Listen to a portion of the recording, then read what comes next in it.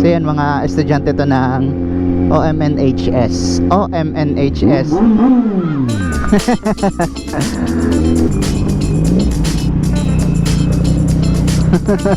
Birthday ko, sir. Birthday ko. Oh. Wala. Regalo ko. Ha? Hindi.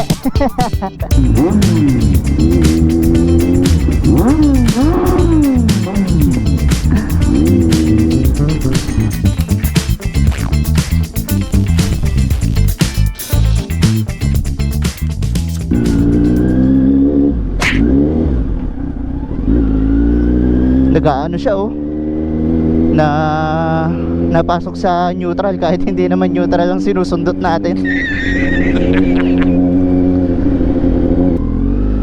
Yon, so what's up guys? So matagal-tagal tayong hindi nakapag-vlog, no?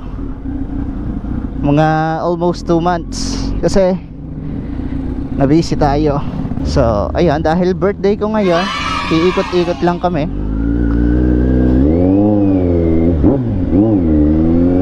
Hanapin muna natin ang Island Coffee ni Ka-Isla Moto. So yun, dahil birthday natin ngayon guys, ako naman ang bigyan nyo. Charot lang. So yun, nagme-merienda lang kami. Then mamaya siguro magdi-dinner na lang. Medyo matagal-tagal tayo hindi nakapag-vlog dahil ayun, busy dahil dun sa bagong business namin. Bali, nasikaso pa namin eh. And yan, nag-accept na kami ng orders, pero pang Monday pa yon. So pre-order pa lang. So kung mache-check nyo guys, ang pangalan ng bagong business namin is yung Sulit Food Choices. Yan. So nag-ano kami doon ng, nag-offer kami doon ng mga grilled, mga ayun, cheesy chicken. Tinginan agad yung mga tao kasi suot natin tong ano, yung Pikachu helmet cover. So ang cutie.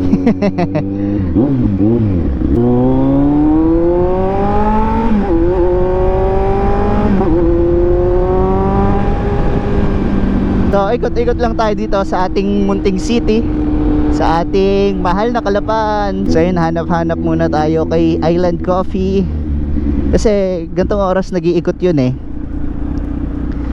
Nag-iikot dito sa Kabayanan kung saan siya magtitinda. Yan, kasama natin ngayon si OVR, ang ating legendary OVR. One and only. Walang nakakasakay ditong ibabukod sa kanya.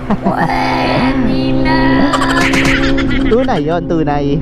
Bihira na natin mailabas to si Primo, kaya iikot-ikot muna natin ng mga ilang oras. Tapos mamaya siguro papalinisan na din natin kasi bala kong i-montage ito si Primo ulit eh. May nakita ako magandang sound dun sa TikTok. Yun guys, so ulitin ko lang, birthday ko na ngayon.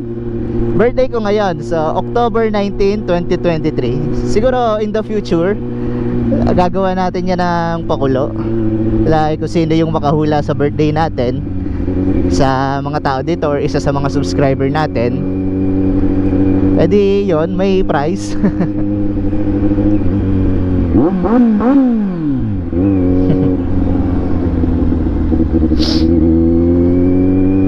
Yan mga tropa, mga kauna-unahan nating subscribers. Pero alam nyo, nakakamiss din yung pagra-rides pag ito si Primo ang gamit, kasi madalas ang gamit ko si Max na, yung ating NMAX, dahil yun yung pinagde-daily ko. Grabe. Napakalupit ng parts doon pero pinagde-daily lang, no? Nakakasawa na ding gamitin kasi yun nga, nakakamiss to, yung may tunog na yan, kung maririnig nyo ngayon, nakakamiss din. Short ride lang siguro tayo ngayon dahil hindi naman tayo naka full gear. So ang suot lang natin ngayon is yung ito, ang riding jersey ko, Jello Moto V riding jersey. So in the near future din siguro magpapa-order tayo nito para, alam niyo yun, para nakakatuwa pag halimbawa may mga kasalubong ka sa daan, suot-suot yung riding jersey mo, diba? Siguro sa una mamimigay muna tayo sa mga lucky sharers, siguro ganon. Basta yung mga active sa page natin, kahit na medyo inactive na ako.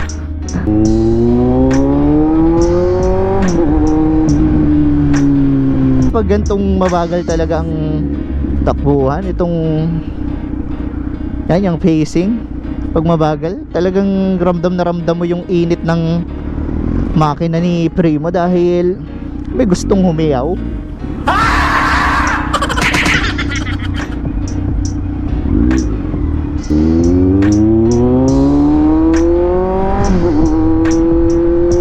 Yan, yung ganyang hiyaw oh.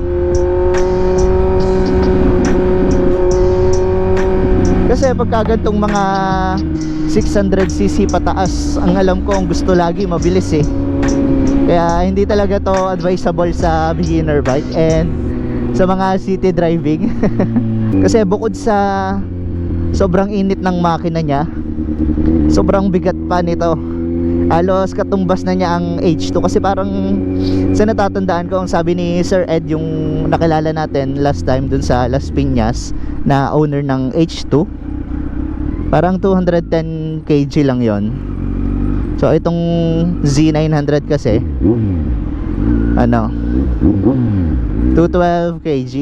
So ay nakakahiya. Tingin na ng mga tao sa atin.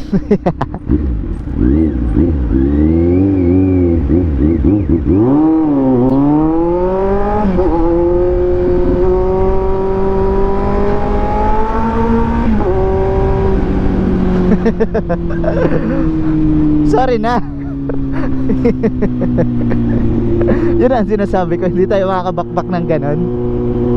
So paunti-unti lang. Kasi dumudulas yung puwet niya dun sa upuan. Masyadong madulas eh. So yun, nausod siya dito sa upuan natin. So tingnan muna natin siguro yung Island Coffee dito sa Robinson.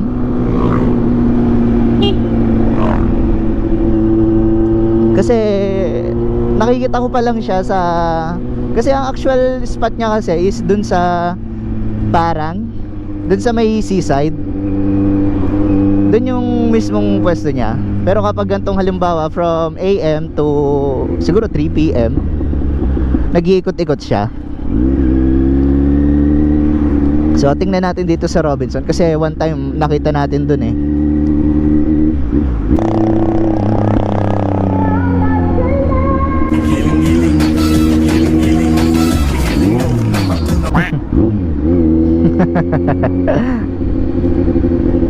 Yun, so labanan nga pala ng ano dito, election nga pala ngayon dito. So yung mga lumalaban ng SK, yan, balak sana natin sumali dyan. Kaso wala, nabisi eh, nawala ng oras. Saka parang hindi ko pa feel, alam mo yung parang responsibilities and mga gawain doon, parang hindi ko pa kayang gampanan. So nakakahiya naman sa barangay namin kapag sumali lang ako nang walang kaalam-alam. And yun, hindi committed sa ano, dahil gusto namin mag full time focus dito sa bago naming business eh.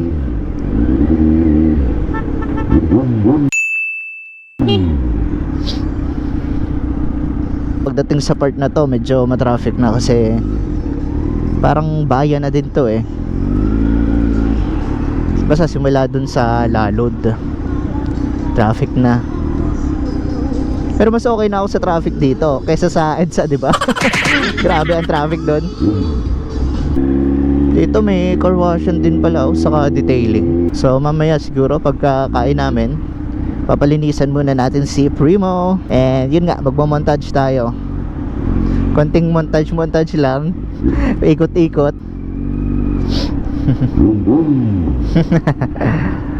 Oops.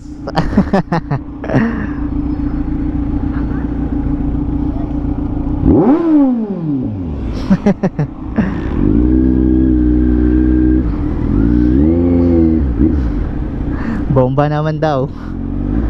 Grabe, lakas din talaga to ni Primo.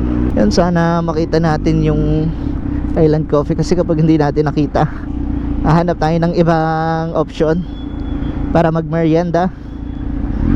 So sana nandito siya sa Robinson. Ka-Islamoto, hindi ka nagre-reply. Hindi nag-reply si Ka-Islamoto eh. Tinanong ko kung nasan. Busy ata si Dinong. Ay sayang pala, yung kanina nagpabomba, hindi natin nabigyan ng sticker. Medyo matagal na din tayong hindi nakakapamigay ng sticker eh.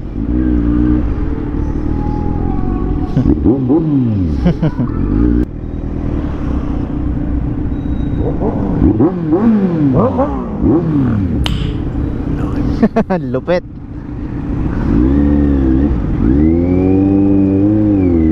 CB650. Feel ko dayo yung mga yun eh. Kasi parang yung mga ganong vibes. Alam mo kapag taga-probinsya ka tapos may, oo, naka-big bike tayo, pero alam mo yung pagdayo yung ibang naka-big bike eh.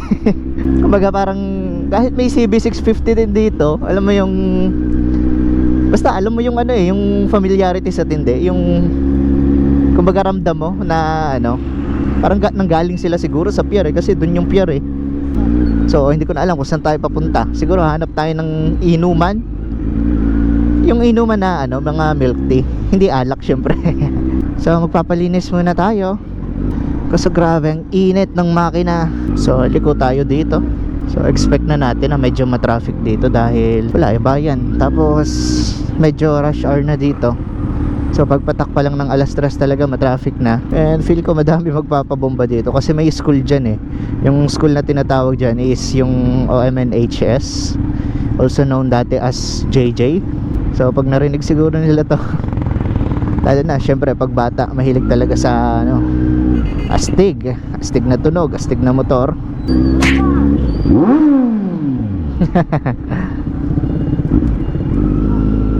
Yan, nagpabomba. So doon naman sana sa iba, huwag nyo naman sanang akalain na nagyayabang tayo, no? May nagpapabomba lang eh.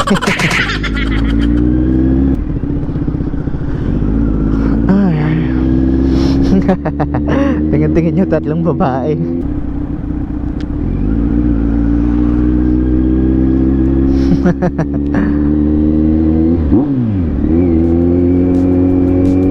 So ayun, magpapalinis muna tayo dito.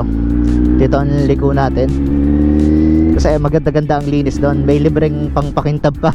So naipit tayo ng traffic dito sa crossing. Grabe yung helmet ni kuya oh. Parang kunti pang bilis na takbo, lilipad din ah.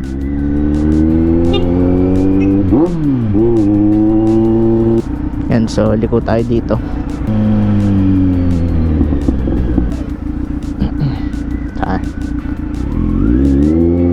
Okay na idol. Hi. So guys, yan, linis na si Primo. Tuklap na yung ano dito, yung cover na sticker na carbon. Grabe, kintab oh. So mamaya siguro sa ako nalilinisan yung kadena niya. Yun ang mahirap eh, wala tayong dala.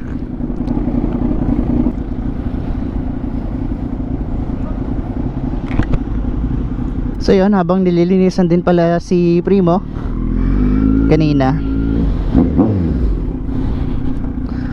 is nakapagmerienda na din tayo. So yun, sadly nga lang sarado yung Island Coffee. Kaya dito na lang kami nagmerienda sa may malapit.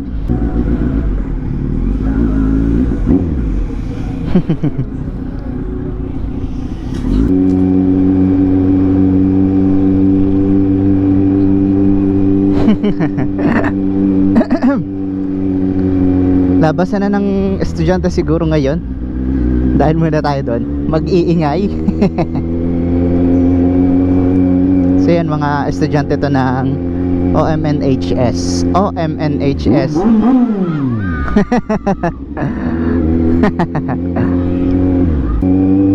Ayun, mga bata, kasi ang suot natin yung Pikachu helmet cover eh.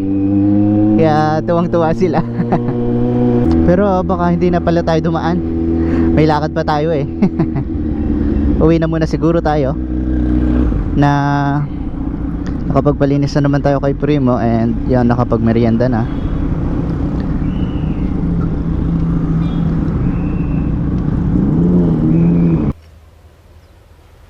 Wait a minute. Thank you. Na-block pa ang traffic.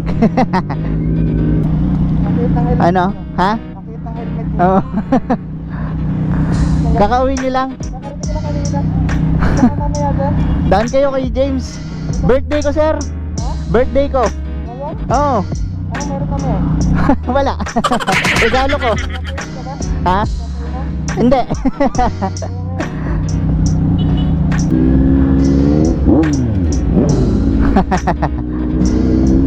Gagalit na yung ano eh, yung enforcer. Saglit lang naman po. Hindi naman po tayo magtatagal. So yun, isa sa madaming big bikes na kasamahan natin dito, si Sir Dudong, Sir Mark. Grabe solid ang mga bikes nun. Kasi yun, katulad nung gamit niya ngayon, MT-09. Meron din siyang ZX-10R, ZX-6R, tapos 650, tapos may GS din. Basta iba-iba eh. Siguro dito na lang magtatapos ang ating vlog for today's video, no? So kung nakaabot kayo sa part na to, baka pwede naman makahingi ng favor. Birthday ko din kasi. So yun na lang ang wish ko.